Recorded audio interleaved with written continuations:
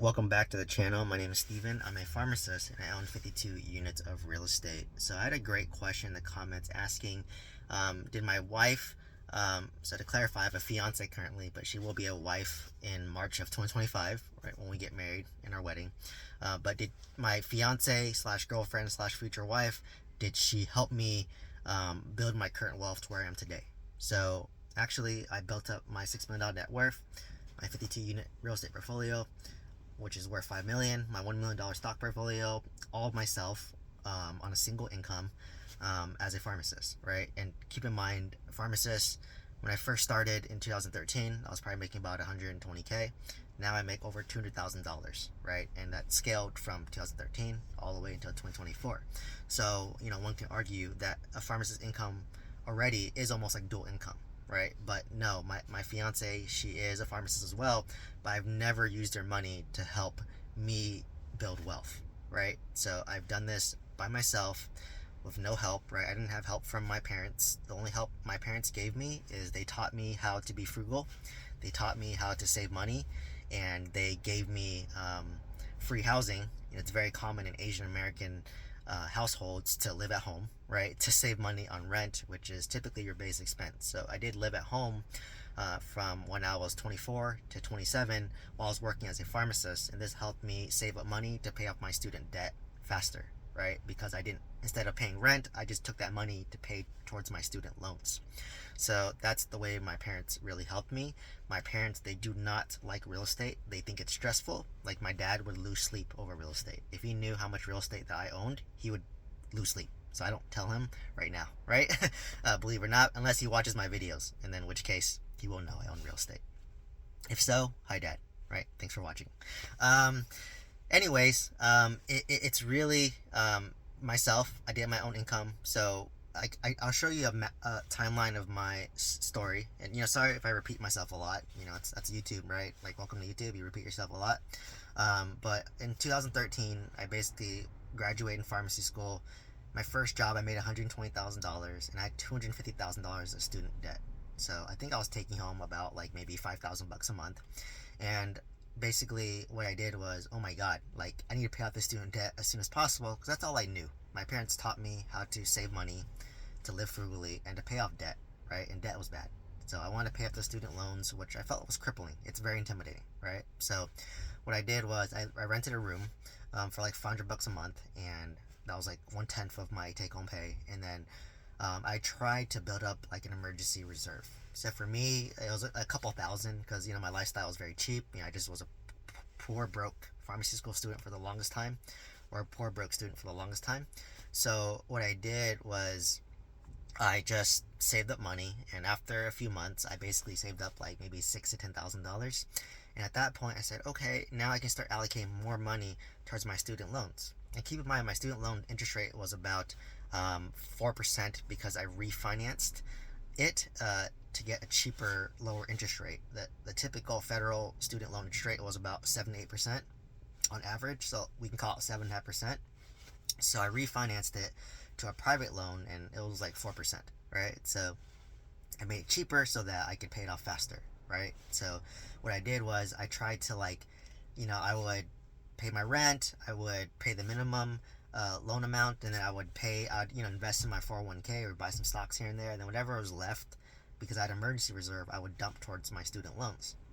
So I did that, right? 2013, 2014, did the same thing, right? I think I was making, like, they paid me $1 more an hour, after that was my raise. And then in 2015, I jumped jobs, and I think I was getting paid around 150K in 2015. And at that point, I can live at home now. So not only was I taking home more money, but my expense decreased because I didn't have to pay rent, the $500 rent, right? So I took that extra money I made, as well as the savings and rent, to then pay off my student loans even faster, right? And then from there, fast forward to 2017, my income went up, my lifestyle stayed the same, right? I was living home for free, and I just would go out to eat, if I wanted to go out here and there. Nothing super fancy, right? Because still had that poor college mentality, and you don't feel very rich when you have like 250K student debt, right? Being honest. So I paid it off in 2017, right? I just lived frugal, thought I was poor, and then basically just chipped at the loans, and after I paid it off, I said, okay, what's next, right? And I just, because I was able to save money, I was like, all right, I'm gonna save for a down payment on a house, and I want to save 10%, and that's what I did, right? And fast forward today, I bought first property in 2017, second one in 2019, third one in I think 2020, fourth one in 2021, fifth one in 2021, first apartment in 2021, mobile home park in 2021, apartment in 2022. So right, that's when it starts to like really compound exponential growth, right? So I did all this off a single income while working full time, right? And a lot of people don't believe me, but like at the time when I was buying real estate in 2017, like I didn't know I was getting a good deal, right? Like hindsight 2020 now, right? Like looking back, I'm like, interest rates were low, 4%. Today, they're 7.5%, right? It's like I didn't know. And at the time, people were telling me, oh, it's going to crash. Like every year, 2017 is going to crash. 2018 is going to crash. 2019 is going to crash. Like I just filtered all that noise and said, you know what? This property makes sense for me to buy because I have a W-2. And it's okay. And I was willing to house hack the properties to lower my expense and help me build wealth, right? And it's not fun living with tenants, right? They treat it like a hotel. Like I lived with 3 other roommates. I rented to the room, and they wouldn't treat it as nice, and I had to clean up after them and hire maids, which we'd split the cost. But that's a sacrifice that you have to be willing to make, right? So if you want to build wealth on a single income, right? Like temporary inconvenience and being patient to let wealth compound, that's how you truly become successful, right? And build wealth. So like you said, it's not easy, it's not fun, but it is possible, right? In hindsight. And obviously from 2013 to today, I've been maxing out my 401k every year. Like it's been a bull market for the most part, right? And I didn't do anything special besides like I just automated my 401k. Like I get paid every 2 weeks, and it takes out a certain percentage and gets invested in the 401k. So I max it out every year, which is about maybe $20,000. That's for maxing out, right? Give or take. And buying real estate, like I just bought real estate, and I didn't know like interest rates would drop to like below 3% during COVID, but when I did, I refinanced it, lowered my interest rate, it cash flowed better, and because of the low interest rate, all the home prices skyrocketed, right? And because I owned a bunch of properties, my net worth increased significantly, right? I bought an apartment complex in Oklahoma using the equity. I stripped equity from my single family home, doing a cash out refinance, and used that to go buy apartments in Oklahoma. So I'm not even touching my W-2 income at this point, right? Like I'm just using equity from real estate, leveraging that to buy more real estate, and then I was able to buy an apartment, forced appreciation of $800,000, and now it cash flows $10K a month, right? So now if I want to, again, I could pull money from that one to buy another apartment complex, or if I want to deleverage, I could pay off that apartment complex and own it free and clear and cash flow even more.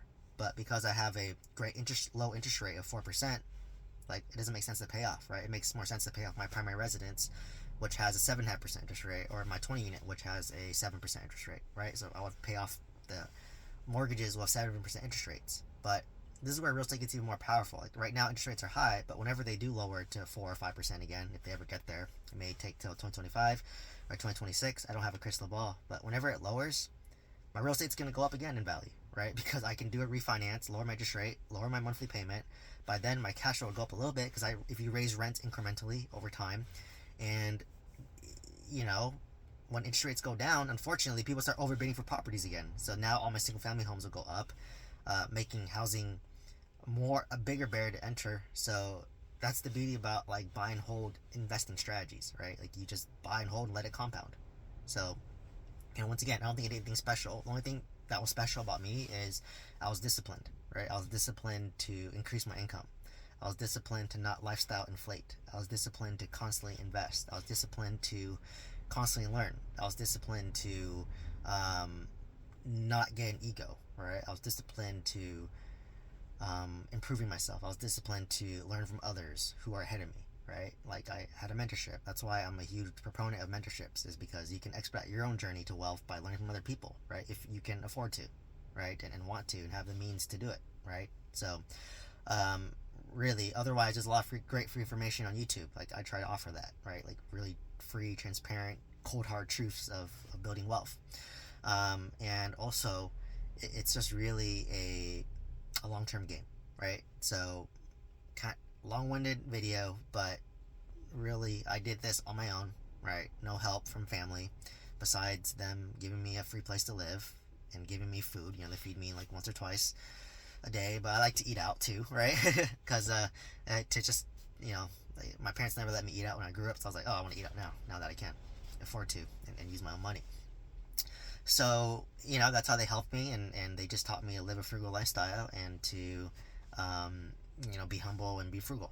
So that's why if you see me on the street, you can't tell, right? And that's actually nice too. Like, I don't want people knowing, at least on the streets, that I have wealth. I want to blend in, right? It's called stealth wealth is the principle. I have a video of talking about that. But anyways, if you're looking to build wealth slowly over time with multifamily real estate, and you want some guidance, check out the mentorship program. I have a few other mentorship programs as well. Please let me know if you have any questions. Love to answer your questions. Hopefully it's nice questions and comments. Otherwise, please like, comment, subscribe. Hope to see you next one. Thank you so much.